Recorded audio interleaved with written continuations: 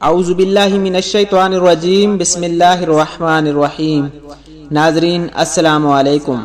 پیارے دوستو، ایک مرتبہ آقا دو جہاں سرور کون و مکان نبی آخر الزمان صلی اللہ علیہ وآلہ وسلم کی پیاری ذات پہ درود پاک کا تحفہ بھیج دیں۔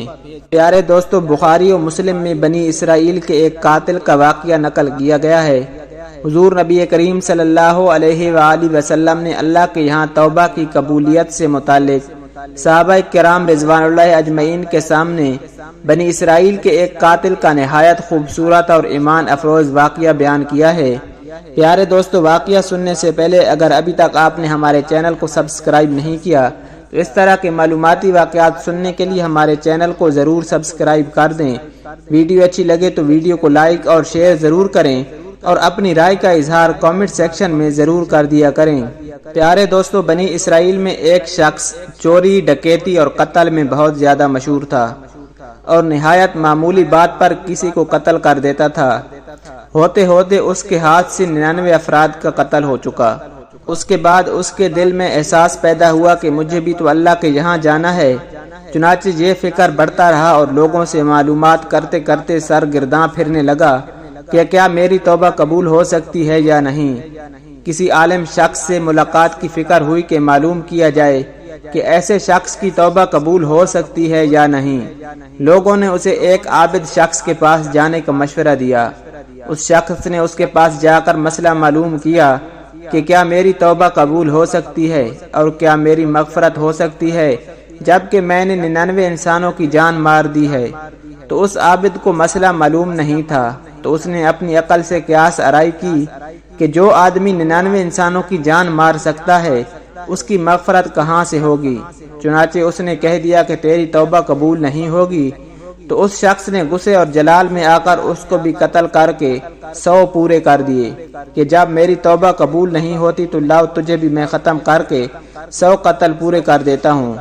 چنانچہ اس نے 100 قتل پورے کر دیے، مگر اس کے دل میں تردد باقی رہا کہ میری مغفرت کی کوئی شکل ضرور ہوگی۔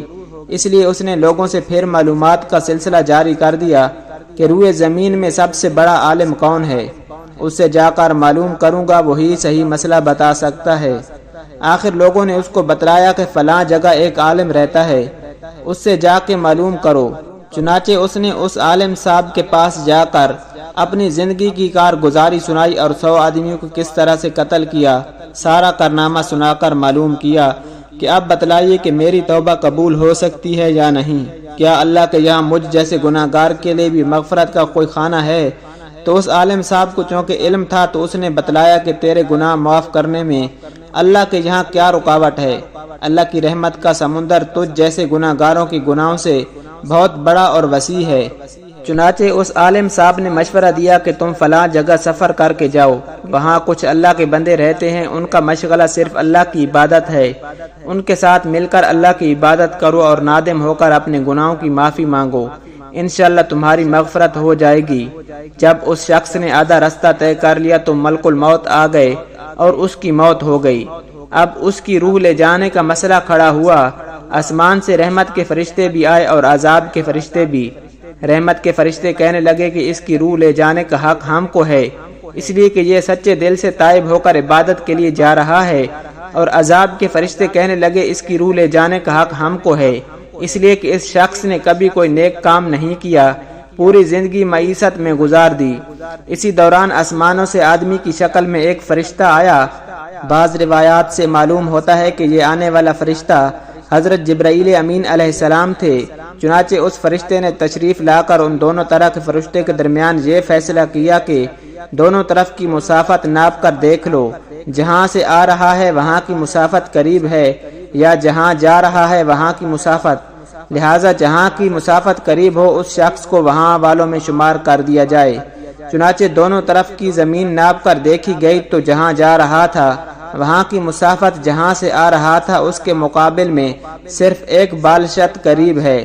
چنانچہ فیصلہ ہوا کہ مقام معیشت سے مقام عبادت صرف 1 بالشت قریب ہے، اس لیے رحمت کے فرشتوں کو ان کی روح لے جانے کا حق ہوگا۔ چنانچہ اللہ کی طرف سے اس کی مغفرت کا اعلان ہو گیا۔ ایک روایت میں آتا ہے حضرت قتادہ رضی اللہ تعالیٰ عنہ فرماتے ہیں، جس نے فرمایا کہ ہم سے یہ ذکر کیا گیا کہ اس شخص کے پاس جب ملک الموت آیا تو وہ شخص سینے کے بل اس سرزمین کی طرف گھسیٹتا گیا۔ حدیث قدسی میں آتا ہے کہ میں اپنے بندے کے ساتھ اس کے گمان کے مطابق ہوں اور وہ مجھے جہاں بھی یاد کرے میں اس کے ساتھ ہوں۔ باخدا اللہ تعالیٰ اپنے بندے کی توبہ سے اس سے زیادہ خوش ہوتا ہے جتنی خوشی تم میں سے کسی ایسے شخص کو ہوتی ہے جس کا جانور بیاباں میں گم ہو کر پھر اسے مل جائے، اور جو شخص ایک بالشت میری طرف آتا ہے میں ایک ہاتھ اس کے قریب ہو جاتا ہوں، اور جو ایک ہاتھ میرے قریب آتا ہے میں اس کے ایک باں پھیلائے ہوئے دونوں ہاتھوں کے درمیان کی مسافت قریب ہو جاتا ہوں، اور جب وہ میری طرف چل کر آتا ہے تو میں اس کی طرف دوڑ کر آتا ہوں۔ پیارے دوستو، معلوم ہوا کہ انسان جب بھی سچے دل کے ساتھ توبہ کرے گا تو اللہ سبحانہ و تعالی ضرور قبول فرمائیں گے انشاءاللہ۔ یہ واقعہ خصوصاً ان حضرات کے لیے حوصلہ افزائی اور معاونت کا سبب ہے جو کہ بڑے بڑے گناہ کر کے اب مایوسی کی زندگی گزار رہے ہیں، کیونکہ شیطان انہیں مایوس کرتا ہے۔ بہرحال گناہ گاروں کو شیطان کی باتوں میں آ کر مایوس نہیں ہونا چاہیے، بلکہ اللہ کی رحمت سے اچھی امید رکھ کر سچی توبہ کے ذریعے اپنے آپ کو پاک و صاف کر لینا چاہیے۔ اللہ سبحانہ و تعالی ہم سب کو مل کر عمل کرنے کی توفیق عطا فرمائے۔ اللہ سبحانہ و تعالی ہمارے گناہوں کو معاف فرما دے۔ اللہ سبحانہ و تعالی ہمیں سچی توبہ کرنے کی توفیق عطا فرمائے۔ اللہ سبحانہ و تعالی ہمیں 5 وقت با جماعت نماز پڑھنے کی توفیق عطا فرمائے۔ اللہ سبحانہ و تعالی ہمارا خاتمہ بالایمان فرمائے۔ پیارے دوستو، اس طرح کے معلوماتی واقعات سننے کے لیے ہمارے چینل کو ضرور سبسکرائب کر دیں۔ ویڈیو اچھی لگے تو ویڈیو کو لائک اور شیئر ضرور کریں، اور اپنی رائے کا اظہار کامنٹ سیکشن میں ضرور کر دیا کریں۔ اللہ سبحانہ و تعالی ہم سب کا حامی و ناصر ہو۔ جزاک اللہ۔